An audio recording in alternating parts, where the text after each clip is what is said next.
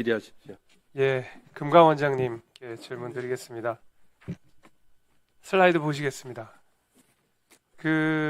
요새 뭐 캄보디아 사태니 뭐니 해가지고 제일 문제되고 있는 게 보이스피싱입니다. 뭐 보이스피싱 우리 금감원에서 잘 대응하고 계십니까? 네, 열심히 노력은 하고 있습니다. 예, 이게 저 금감원이 노력을 해야 하는 순간 우리 국민들 피해가 정말 눈덩이처럼 불어나기 때문에 좀 경각심을 가지셔야 되겠다는 생각이 좀 들고, 과거에는 이랬습니다. 통장거래 형식이었거든요. 그러니까 입금하라고 하면 보이스피싱 당한 피해자들이 돈을 입금하는 형태였다면, 지금은 본인이 직접 신용카드를 결제하게 만듭니다. 그 범죄자들이 가상자산을 통해서 말하자면 자금 세탁을 통해서 보이스피싱의 어떤 범죄 자금들을 확보하기도 합니다. 그러니까 범죄의 형태가 달라졌다는 얘기죠. 다음 슬라이드 보겠습니다. 최근에 있었던 사례입니다. 실제 있었던 사례를 바탕으로 제가 말씀을 드리는 겁니다. 지금 보시는 카드깡, 그 다음에 플랫폼, 가상자산 모두가 활용됐습니다. 한 사람의 피해자가. 그러니까 지금 여전히 가가뱅크라고 하는 이제 카드깡이 되는 업체에서 결제창을 보내게 한 다음에 결제를 시켜가지고 뭐 이렇게 됐고요. 플랫폼이 리셀 플랫폼입니다. 여기에서 결제창을 띄워가지고 피해자가 범죄자에게 돈을 결제하게 하는 그런 형태였고요. 가상자산도 마찬가지입니다. 아시겠지만. 그리고 어제 저도 질의했던 바이낸스로 결국 또 돈 세탁이 된 정황이 좀 보입니다. 이렇게 해서 한 사람이 이 세 가지를 모두 당했습니다. 다음 넘어가겠습니다. 그런데 이제 문제점은 이겁니다. 그전에는 계좌 송금 형태였기 때문에 통신사기 피해 환급법에 의해서 일정 부분 보호를 받을 수가 있었는데, 신용카드 피해는 보상이 안 됩니다. 법상. 그러니까 여신이기 때문에 이런 구조적인 문제가 있습니다. 다음 슬라이드 보겠습니다. 문제는 앞서서 뭐 크림부터 시작해가지고 한 사람이 당했던 피해 그 세 가지 카테고리를 다 말씀드렸는데, 그 피해자가 지금 보이시는 저 모든 표에 있는 카드로 다 결제를 한 겁니다. 보이스피싱을 당하셔가지고 굉장히 큰 피해겠죠.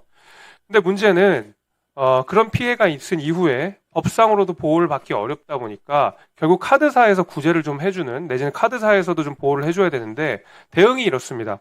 카드사별로 이에 대한 대응들이 다 다릅니다. 보이스피싱 피해자들에게. 이게 굉장히 심각한 문제라고 생각합니다.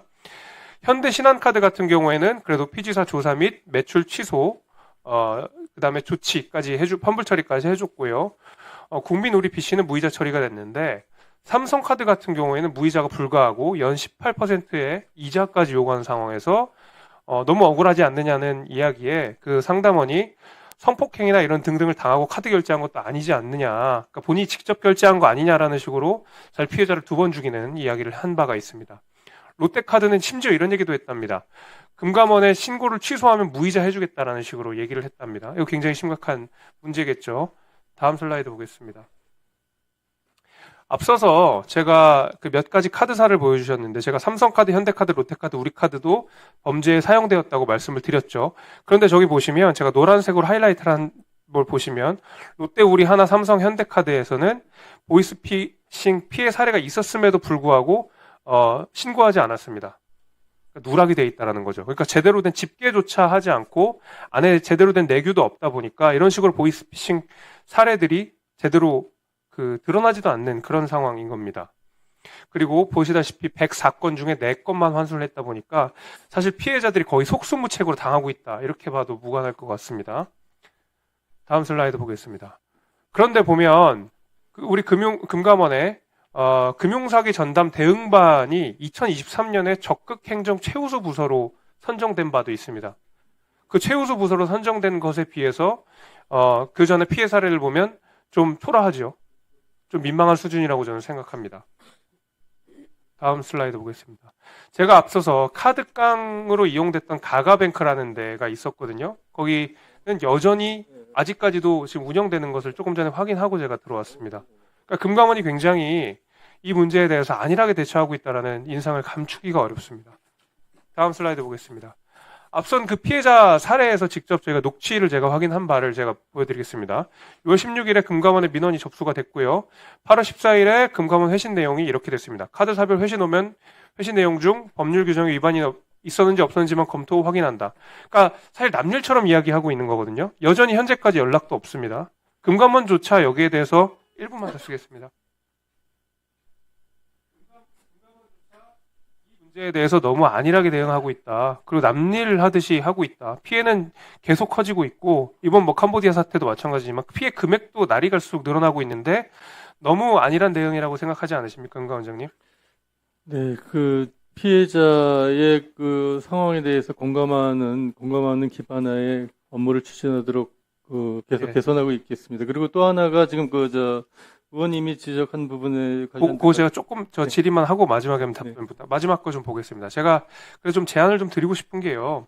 지금 여신전문금융업법으로 보면 제3자가 부정하게 사용한 경우에만 부정 사용으로 인정해서 카드사 보상이 가능하기 때문에 사칭형 보이스피싱 피해자들이 직접 결제를 보호받지 못하니까 이 부분에 대한 입법 보완이 좀 필요하다는 생각이 들고요.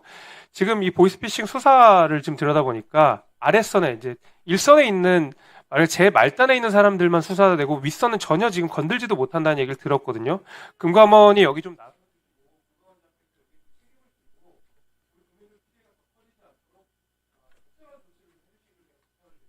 네.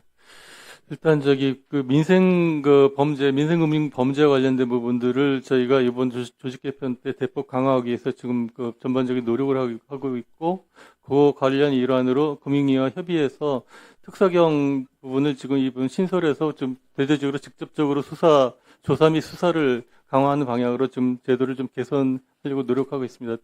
그 부분에 대해서도 의원님 그 도움을 좀 부탁드리고 싶습니다. 또 하나는 이제 통신사기 피해 환급법에 거기에 무과실 배보상 책임에 관련 부분을 신설하기 위한 입법 보완 작업을 금융위와 협의해서 지금 진행 중에 있고, 연내로 이 부분에 관한 입법 발의가 될 수 있도록 준비하겠습니다. 그래서 영국의 모델 같은 경우에 1억 6천만 원까지는 보이스피싱 피해와 관련돼서 무과실 배상을 하는 그런 선례도 있기 때문에 그런 걸 참조해서 적극적으로 제도적으로 임하도록 노력하겠습니다. 그리고 지금 말씀하신 이런 모든 부분에서 업체별 금융회사별로 이렇게 차이가 나는 그런 부분들에 대해서는 지금 가이드라인들을 한 4개 내지 5개의 가이드라인을 지금해서 그걸 준비해서 지금 시행하고 있는 그런 상태인데, 이 부분이 업종별로 그런 불균형이 발생하지 않도록 하겠습니다. 무엇보다도 저희가 소비자 피해를 접하는 우리 금감원 직원들이